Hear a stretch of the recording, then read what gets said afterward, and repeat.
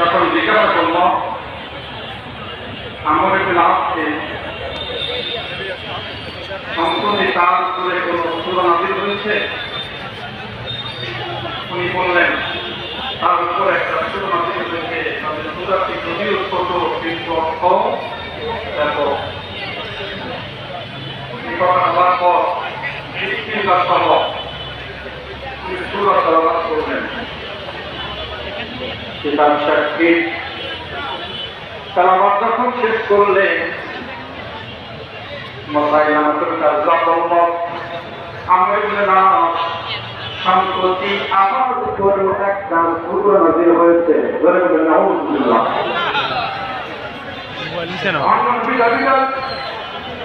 মুসাইলামা বলল, আমর ইবনে আস সম্প্রতি আমার উপরেও একটা সূরা নাযিল হয়েছে, আমি একটু বলি তুমি শোনো। একথা বলার পর ভণ্ড মুসাইলামা বলল, ইয়া বাবা ইন্নামা আনতা উযনা